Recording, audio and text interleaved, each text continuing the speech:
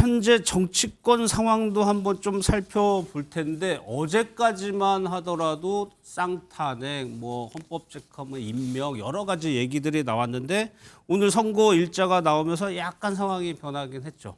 영상부터 좀 보겠습니다. 한덕수 총리에 대해서는 우리가 뭐 중대 결심을 얘기했고 탄핵까지 거론하지는 않았기 때문에 그 부분에 대해서는 일단 오늘 기일을 좀 지켜보고 또 한편으로는 마은혁 재판관에 대한 임명이 윤석열 대통령에 대한 파면 선고 기일과 결합이 돼서 고민을 했던 것이라고 한다면 이미 그 사유는 해소가 된 거 아닙니까? 그렇기 때문에 마은혁 재판관에 대한 즉각 임명을 사실 주저할 이유는 없을 거라고 생각합니다. 사실 어제까지만 하더라도 여야가 강하게 부딪힌 상황이었는데 말씀드린 대로 헌재가 선고일을 정하면서 약간 좀 지켜보자는 분위기로 간 것 같은데 김지호 대변인께서 좀 정확하게 민주당의 지금 입장과 방향을 좀 설명을 해주셔야 될 것 같아요. 일단 한덕수 권한대행과 최상목 권한대행은 법을 지키지 않았습니다.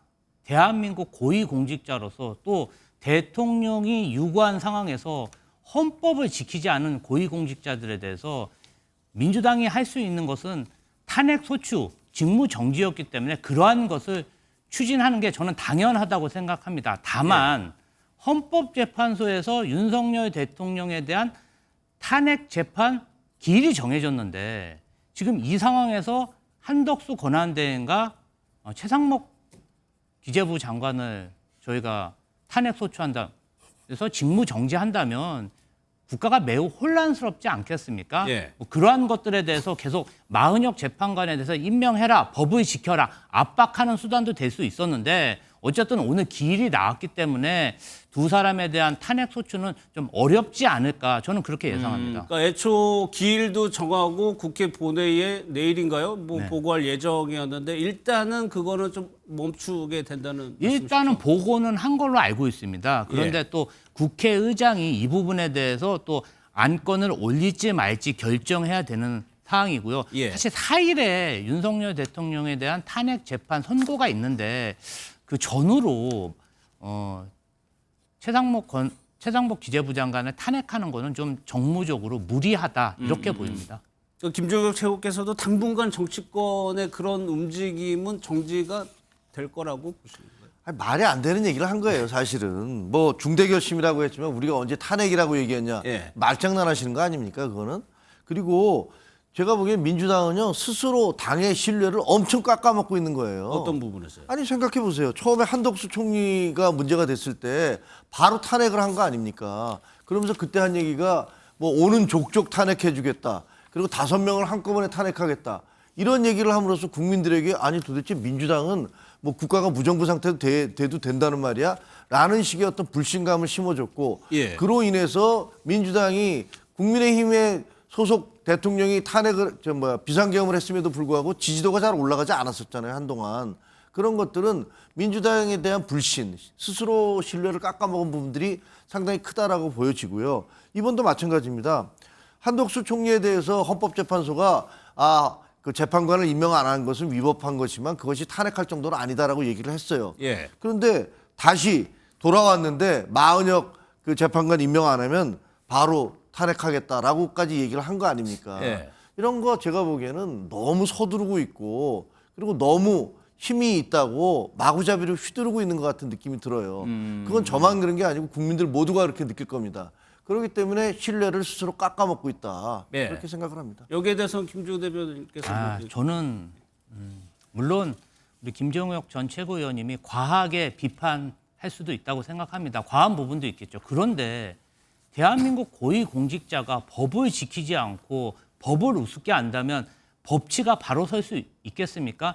지금처럼 혼란스러울 때는 원칙, 법대로 해야 됩니다. 그런 면에서 야당 입장에서는 가지고 있는 수단이 그것이기 때문에 고육직책으로 그렇게 행사했을 뿐이 없었다. 예. 이렇게 좀 설명드리고 싶습니다. 예, 이 부분도 한번 여쭤볼게요. 마은혁 재판관 후보자 문제인데 민주당에서는 헌법적 의무다. 한덕수 대행이 해야 될 헌법적 의무라고 계속 강조하면서 임명을 해야 된다는 얘기입니까? 아, 그럼요. 이게 왜 그러냐 하면은 헌재에서도 이미 재판을 통해서 다 밝혔습니다. 예. 사실은 마은혁 재판관 관련해서는 지금 4개월째 임명이 안 되고 있는 거지 않습니까? 지금 구인 체제가 안 되다 보니까 여러 가지 불안 요소가 있습니다. 지금의 작금의 정말 대한민국 혼란에 저는 마은혁 재판관을 최상목 권한대행과 한덕수 국무총리가 임명하지 않은 것도 큰 요인으로 작용하고 있다고 생각합니다. 불안정한 상태를 계속 유지하려고 그러면 안 되고요. 이제는 다 해소됐으니까 내일이라도 한덕수 총리가 임명해야 된다고 그렇게 생각합니다. 근데 어제 상황만 보더라도 김종혁 최고위원 막 여당에서 고발하고 또 권한대행에게 새로운 대통령목의 헌법재판관을 지명해야 된다 의견도 나오고 굉장히 헌법재판관을 둘러싸고 굉장히 혼탁한 상황이었거든요. 그 법적으로 따지면 헌법재판소가 결정을 했기 때문에 그 한덕수 그 권한대행께서 임명하는 게 맞다고 생각을 해요. 예. 근데 그럼에도 불구하고 저는 어떤 느낌이 드냐면 마은혁이라는 분을 민주당이 추천한 것들 이렇게 극단적인 분을 추천을 해야 되나요? 헌법재판관으로? 헌법재판관 외에 다른 분들 많은 분들이 있어요. 근데 마은혁 재판관 같은 경우는 그동안에 이제 과거의 행적이라든가 운동권 행적이라든가 뭐 인민노련에 무슨 관계가 있었느냐 뭐네 이런 건 얘기를 들어보면 처음부터 저렇게 극단적이지 않은 분을 아마 임명을 했더라면 예. 그러면 논쟁이 될 것도 없었을 것 같아요. 예. 그래서 그냥 그 헌법재판관을 처음에 임명해달라고 계속 요구할 때도 민주당이 계속 반대해서 안 임명했어요. 예. 그러다가 나중에 이런 탄핵 사태가 오니까 부랴부랴 막 임명하느라고 서둘렀던 거 아닙니까? 그런 것들을 보면 정치라는 게 당장의 이해관계, 이익 때문에 이렇게 그 결정을 했다가 결국 후회를 하는 그런 일들이 생기게 되는구나라는 생각을 하게 됩니다.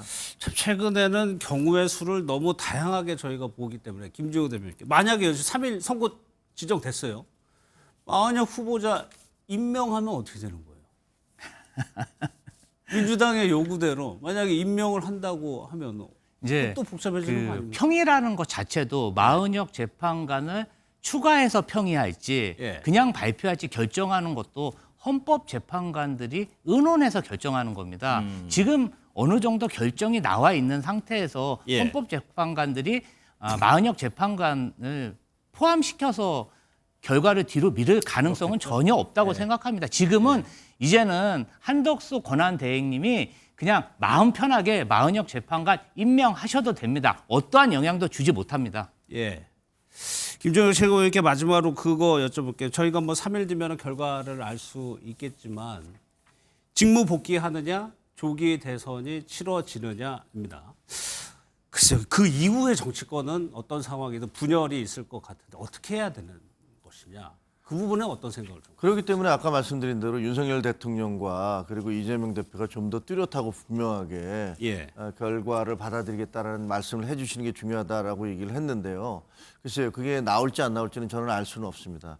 하지만 만약에 인용이 된다면 그렇다면 인용될 경우가 기각이 될 경우잖아요. 나눠서 한번 네, 생각해볼까요? 예. 만약에 인용이 된다면은 뭐 빠른 속도로 대선 국면으로 접어들겠죠. 그렇겠죠. 그런 거 그래서 아마 그 길거리에서 분출되던 갈등과 에너지가 대선 쪽으로 쏠려 들어갈 것이라고 생각을 하고요. 근데 문제는 사실은 기각이 될 경우에 수는 더 복잡해져요. 기각이 됐을 때. 네, 기각이 됐을 경우, 예를 들면 대통령은 기각이 됐으면 그 국무회의를 열었을 때 국무총리는 국무회의 거치지 않고 비상계엄했습니다라고 얘기를 했잖아요. 국회 가서도 얘기하고 헌법재판소에도 얘기를 했고 또 국무위원들 중에서 상당수가 이거는 적법한 국무회의가 아니었습니다라고 얘기하는데 예. 그럼 대통령은 본인에 대해서 그렇게 반대를 한 그런 국무위원들과 함께 계속 국정을 운영할 수 있을 것인지부터 문제가 되는 거예요. 예. 그렇게 되지 않겠습니까? 예. 그리고 만약에 기각이 된다면 8대 0이나 이런 것이 아니고 예를 들어서 5대 3이나